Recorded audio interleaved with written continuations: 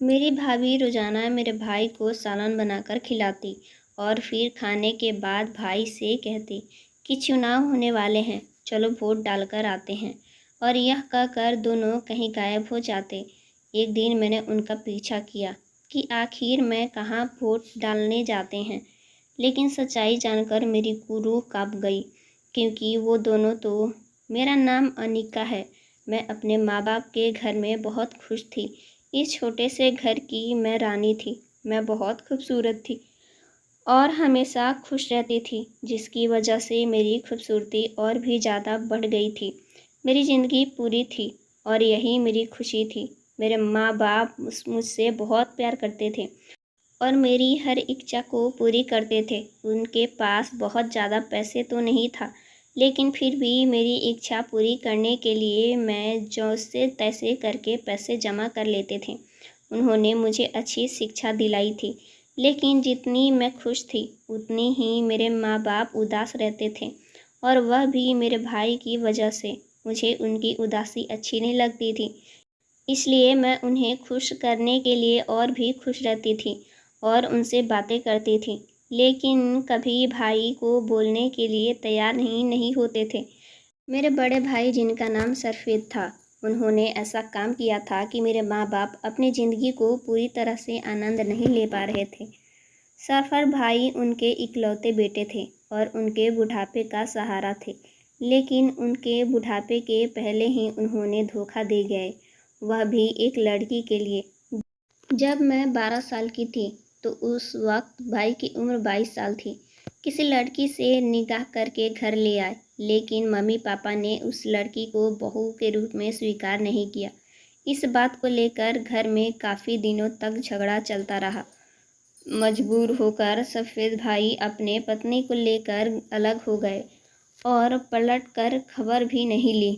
मेरे माँ बाप इसी वजह से उदास रहते थे। मैं हमेशा सोचती रहती थी, आखिर मेरे माँ बाप ने उस लड़की को क्यों नहीं स्वीकार किया। कितना अच्छा होता कि वह भाई की खुशी के लिए उस लड़की को स्वीकार कर लेते, तो हमारा घर आना पूरा हो जाता। और मेरे माँ बाप के चेहरे पर तो थोड़ी सी उदासी थी, वह भी नहीं होती। कौन कहता है कि खुशियाँ पैसों से खरीदी जाती हैं। हम थोड़े से पैसे में भी खुश थे, बस कमी थी तो सिर्फ भाई की। और उधर मेरे माँ बाप बहुत उदास रहते थे। उन्होंने आखिर उस लड़की को स्वीकार क्यों नहीं किया। यह राज मुझ पर उनकी मौत के बाद खुला, और जिससे पर्दा उठने से मेरी रूह कांप गई थी कि आखिर वह लड़की चीज़ क्या थी। मैं अपनी सहेलियों को देखती थी जो अपने भाई की शादी के बातें करती थी। अपने भाई की शादी में इस तरह से तैयार होंगी, गाने गाएंगी, शॉपिंग करेंगी, तो यह बातें सुनकर मैं उदास हो जाती थी।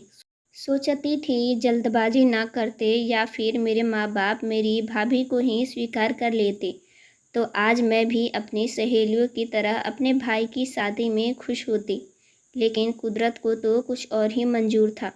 इसी तरह 8 साल गुजर गए थे और मेरी उम्र 20 साल हो गई थी। मैंने अपने माँ बाप के घर में खुशियों भरी ज़िंदगी गुजारी थी। हम लोग बहुत ज़्यादा अमीर तो नहीं थे, लेकिन अच्छे खाते पीते थे। एक दिन मेरे माँ बाप किसी पार्टी की खबर में गए और वापसी पर बस की टक्कर हो गई और दोनों मौके पर ही जान से हाथ धो बैठे। मेरा भाई जो 8 सालों से गायब था, उसकी मौत पर अचानक आ गया। रोता हुआ उन्होंने मुझसे कहा कि मैं उसके साथ चलूं, क्योंकि मैं अब घर में अकेली थी और जवान थी और मैं अकेली नहीं रह सकती थी। मेरी जिम्मेदारी थी, उन्होंने उठाई थी। उन्हें इस बात का एहसास था, इसलिए वह मुझे अपने साथ ले गए।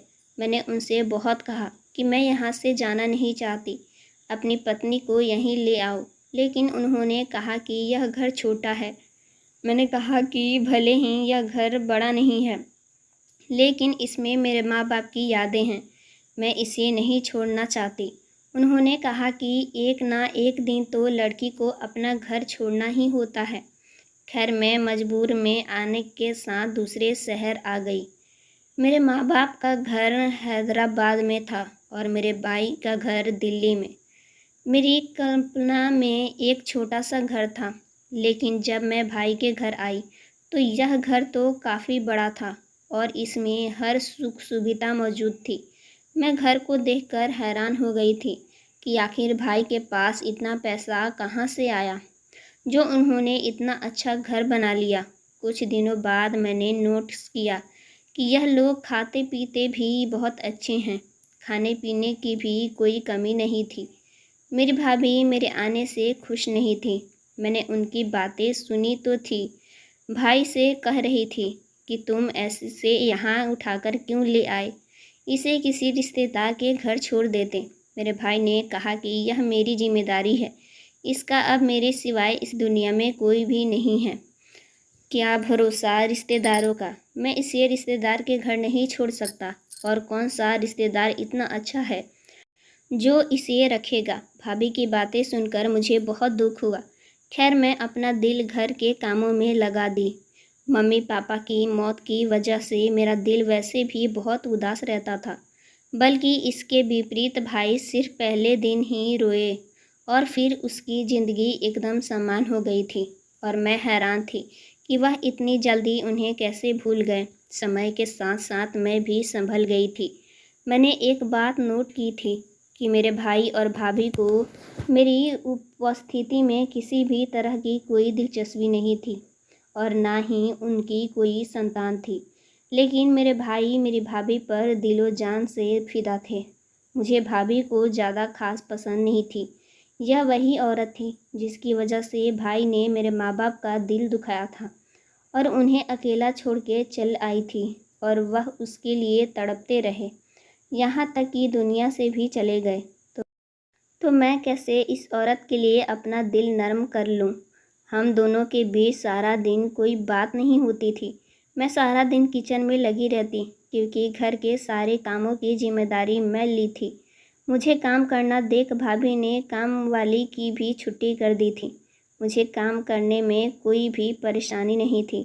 मैं वैसे भी चाहती थी कि मेरा ध्यान बँटता रहे।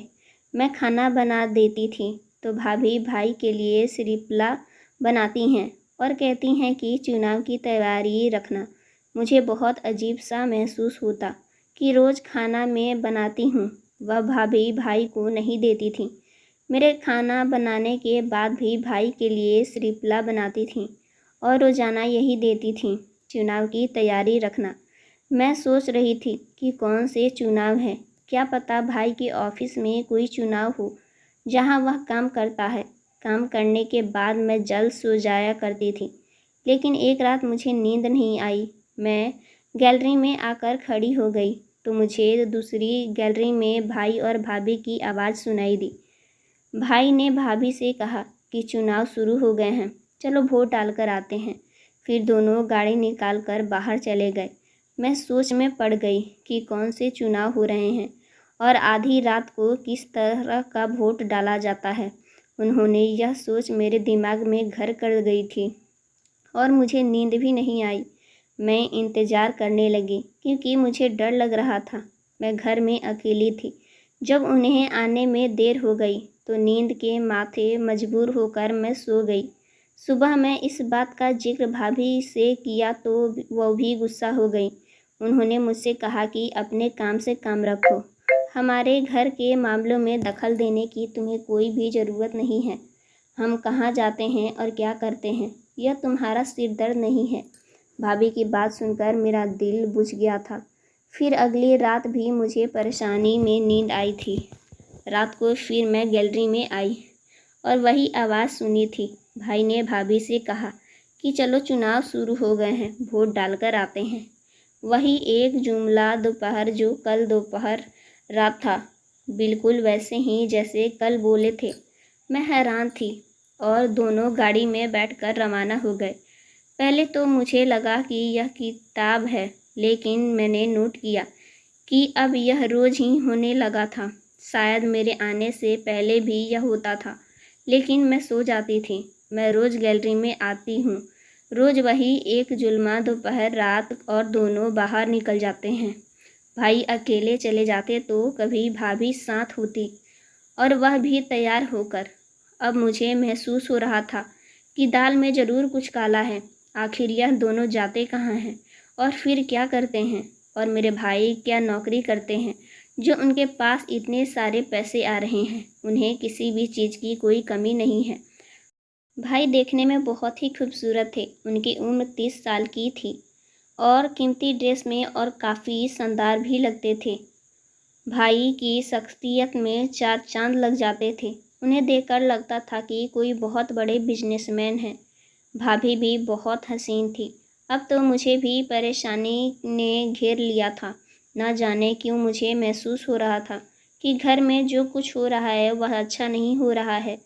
मैं बचपन से ही हर मामले की तरह में जाने की शौकीन थी। जब तक सारी सच्चाई मेरे सामने आ जाती तब तक मुझे चैन नहीं आता था और मैं बिल्कुल बेबसी इस मामले में मैं खुद को बहुत रोका कि भाई और भाभी का आपस का मामला है, वह जो करते हैं करने दो। लेकिन जिज्ञासा ऐसी थी कि मुझे रहा नहीं गया और मैंने फैसला कर लिया कि मैं उनका पीछा करूंगी कि आखिर यह दोनों जाते कहाँ हैं और क्या करते हैं। एक रात जब भाभी दोनों घर से बाहर निकले तभी मैं भी घर से बाहर आ गई। मैं लॉन में छिपी हुई थी किसी पेड़ के पीछे। जैसे ही वह बाहर गए मैं भी फौरन रिक्शा पकड़ के उनके पीछे लग गई। मैंने चेहरे पर नकाब रखा था। मुझे बहुत डर लग जा रहा था। तभी महसूस हो रहा था ऐसे काम है ज़िंदगी में पहली बार देख रही थी। अगर भाई ने मुझे देख लिया मेरी कयामत आ जाती। मैंने देखा कि उन्होंने गाड़ी एक तरफ लगा दी और मेरी भाभी बहुत संवर की जो आई थी। मैं सोच रही थी कि रात के समय भाभी को इतना तैयार होकर जाने की क्या ज़रूरत थी और भाभी सड़क पर अकेले क्यों खड़ी थी और भाई एक तरफ खड़े हो गए। दूर से कोई बड़ी सी गाड़ी आती दिखाई दी थी कि तभी भाभी भागती हुई इस गाड़ी के आगे आ गई तो गाड़ी वाले ने जल्दी से ब्रेक लगा दिया। गाड़ी वाला बहुत ही परेशान से उतरा और भाभी से कहने लगा, अरे क्या खुदकुशी का इरादा है तुम्हारा। इस गाड़ी वाले की बात सुनकर भाभी ने ज़ोर ज़ोर से चीखना चिल्लाना शुरू कर दिया तो वह व्यक्ति परेशान हो गया। उसने कहा, अरे आप क्यों इतना चिल्ला रही हैं, मैंने कोई गलत हरकत तो नहीं की है ना। लेकिन भाभी और भी ज़ोर ज़ोर से चिल्लाने लगी कि बचाओ बचाओ मुझे बचाओ। इसने भाई दौड़ते हुए भाभी के पास आए और कहा, अरे क्या मजाक है भाई, ऐसा दिखावा कर रहे थे जैसे वह भाभी को जानते ना हो और सड़क से गुजर रहे थे और भाभी की चीख सुनकर उसकी मदद के लिए आ गए। उस व्यक्ति ने कहा कि अरे मैं तो सड़क से गुजर रहा था, यह गाड़ी के आगे खुद ही आ गई। मैं इन्हें बचाने के लिए ब्रेक ली और गाड़ी से नीचे उतरा, लेकिन यह बेवजह ही चीख रही हैं और लोगों को मदद के लिए पुकार रही हैं। मेरी कोई गलती नहीं है जबकि मैंने उसके साथ कोई गलत हरकत नहीं की है। गाड़ी में जो व्यक्ति था वह बहुत ज़्यादा शरीफ दिख रहा था और काफ़ी अमीर भी। उसकी बड़ी सी गाड़ी थी। भाई ने एकदम से उस व्यक्ति का गिरबान पकड़ लिया और कहा कि तुमको पुलिस के हवाले कर दूंगा। वह व्यक्ति बहुत परेशान हो गया और हाथ जोड़ के माफ़ी मांगने लगा और बोला कि आप जो बोलेंगे मैं करने के लिए तैयार हूँ, लेकिन पुलिस के पास अब फ़ोन मत करो। भाई ने मौका देखते ही कहा कि ठीक है, ऐसा करो, इनके इलाज के लिए कुछ रकम दे दो। और खुशी खुशी वह आदमी मान गया और भाई भाभी पैसे लेकर घर आ गए। मैं भी रिक्शा पकड़ के उनके घर आ गई। आके देखा तो वह कमरे में पैसे गिन रहे थे और मुझे देखकर अचानक ही चौंक गए और एक दूसरे की तरफ देखने लगे। भाई ने कहा, तुम तो इस वक्त सो जाती हो, तो आज यहाँ कैसे। मैं बिना डरते हुए कहा, मुझे नहीं पता था भाई कि आप इस औरत के बातों में आकर इतनी गिरी हुई काम करते हैं। आखिर कब तक यह हराम का पैसा खाएंगे, लोगों की इकट्ठे करते हैं। आज तो आप यह गलत हरकत करके पैसे कमा रहे हैं और जब बुढ़ापा आएगा तब आप क्या करेंगे। आपको एक औलाद की ज़रूरत है, उसके बारे में आपने कभी सोचा है?